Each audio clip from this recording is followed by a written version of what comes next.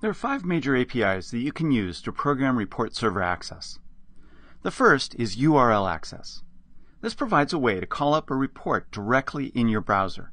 You can pass parameters and control the presentation format, mainly by using query string parameters that you tack on to the end of the URL.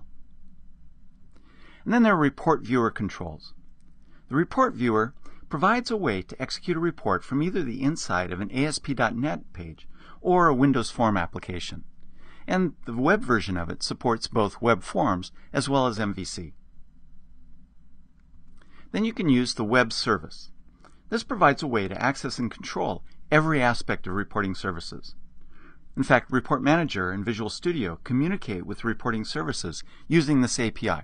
So it's always nice when Microsoft surfaces an API that it uses in its own tools that you can use yourself. Then you can also build custom assemblies.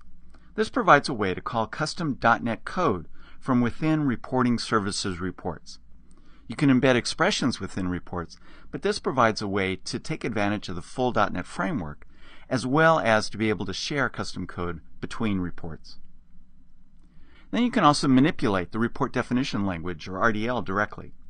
This is the XML language in which reports are stored, and you can programmatically generate RDL or extend it.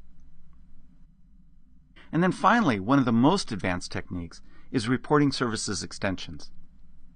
So SQL Server Reporting Services includes a number of hooks so that you can extend it. For example, you might create a custom data processing extension to provide data from a legacy data feed. You can also create custom security, rendering, and delivery extensions. A lot of options, and essentially you're swapping out built-in functionality of reporting services and replacing it with your own custom functionality. Let's start by talking about how you can access reports using a URL. This is a surprisingly powerful technique.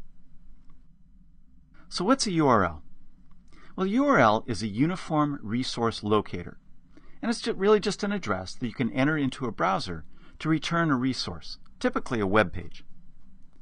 But reporting services support for URL access lets you easily integrate reporting services into your applications. The interesting thing here is that you've probably been using this method to access URLs all along. That's because this is how Report Manager accesses report objects on the report server that you're connected to, and you're just tapping into that same technique that Report Manager uses. And as you'll see, there's even a shortcut form of the URL that makes it easier to build a report URL dynamically, letting you customize the report rendering. Now, the way this works is that a report server provides a virtual directory using its web service URL, which by default takes this form. So HTTP, server name, report server. But you can change it using the Reporting Services Configuration Manager, which you originally used to set up reporting services. Now, when you navigate to this URL, you bypass Report Manager entirely, because you're essentially using the same tools Report Manager is using to access the reporting services. And then you can navigate directly through the folder structure and access reports directly.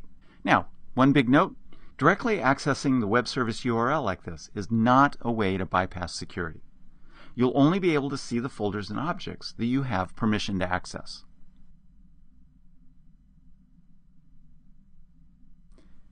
Here's that URL to directly access the web service URL. So if I click on it, you'll see that it takes a moment for reporting services to wake up. And then when it does, you'll see that I'm presented with a list of folders, virtual folders on the report server. Now at this point, if I click into a folder that has reports, you can see all of my sample reports are there. And I can go to reseller cumulative sales, or any of them, and it'll display the report. But notice that it doesn't include the header and footer of Report Manager. So I don't have the breadcrumb because I'm not using Report Manager. I do get the HTML viewer, so I can set properties and navigate amongst the different pages of the report. But I'm not viewing this report using Report Manager. I'm viewing it directly, again, using this URL of this particular format. So notice that it's redirected to this localhost report server, pages report viewer, and then some parameters that identify the report that I want, as well as the command to execute, in this case, just to render the report. And then I can view the report normally. Okay, now let's go into Report Manager.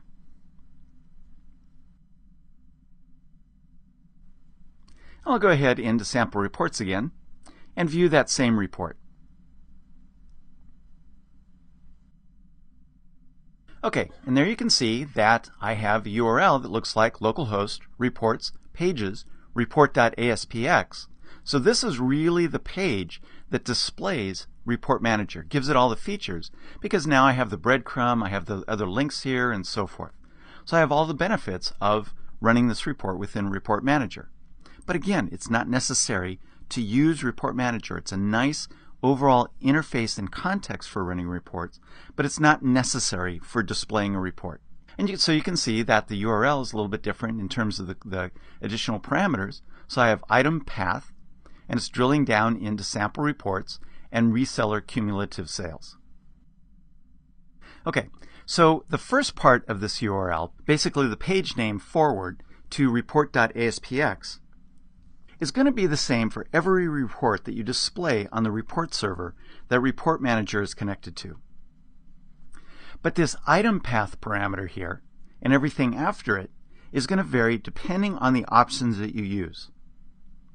Now, in this case, this URL is just about the simplest form of the URL. All it's doing is displaying the report.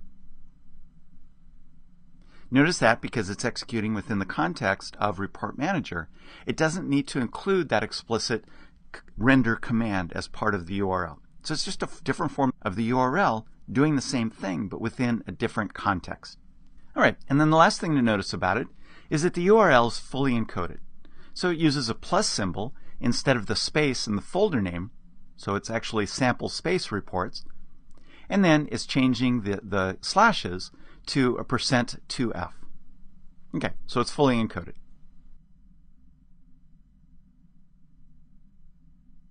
Now you're perfectly welcome to use that form of the URL in order to access reports. And that'll display the report within the context of Report Manager. But there's a simpler URL form that you can use when dynamically creating report URLs, which uses this syntax. So it's hostname, report server, so it's using that web service URL, !/folder/report. So what this is doing is this is the form that I showed you previously that directly accesses the report server using the name, here report server, that you configured using the SQL Server Reporting Services Configuration Manager when you originally set up this instance of reporting services. And then hostname is either the server name or localhost, whatever you need to specify the location of the report server.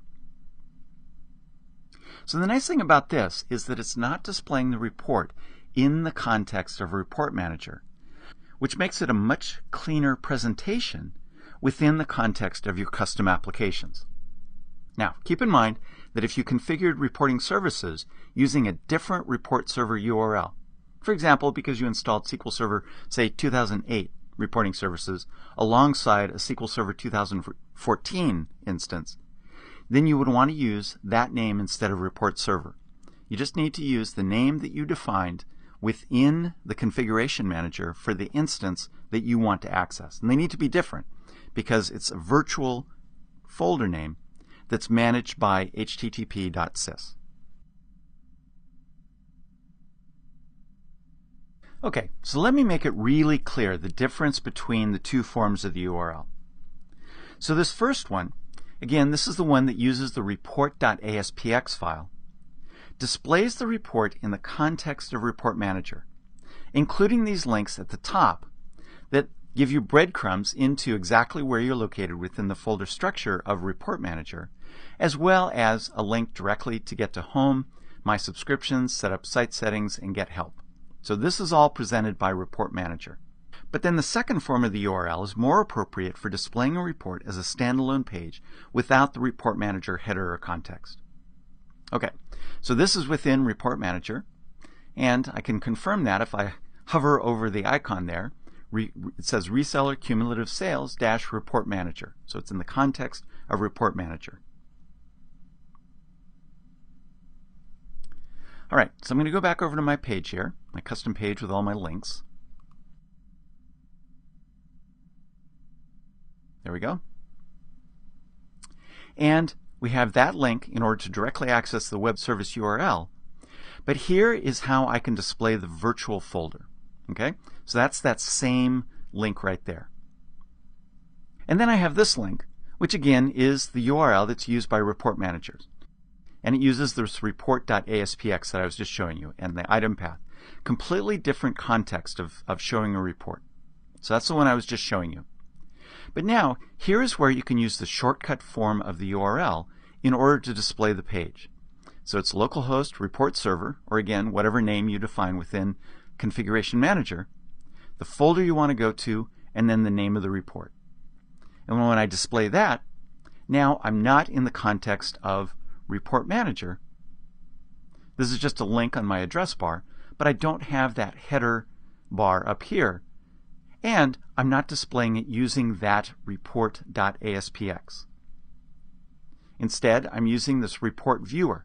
This is the page that that shortcut URL has redirected to in order to display that report.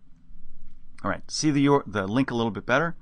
Again, it's starting with that link right there, and then this is the link that it uses in order to display the report. So it's using the report viewer.aspx page, which is a hint that it's using the report viewer control, which you can also use in your own applications. And then it has the folder and then the name of the report.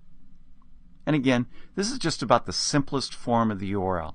The only way it could get a little bit simpler is if this report was in the root, in the home folder of the report server, so I didn't have to go down a level, in which case I wouldn't have the /sample reports. All right, so this is a much cleaner URL that you can use. And the nice thing is that, as you'll see, you'll be able to add additional query string parameters onto the end of it to really have a lot of fine-grained control over how the report is displayed.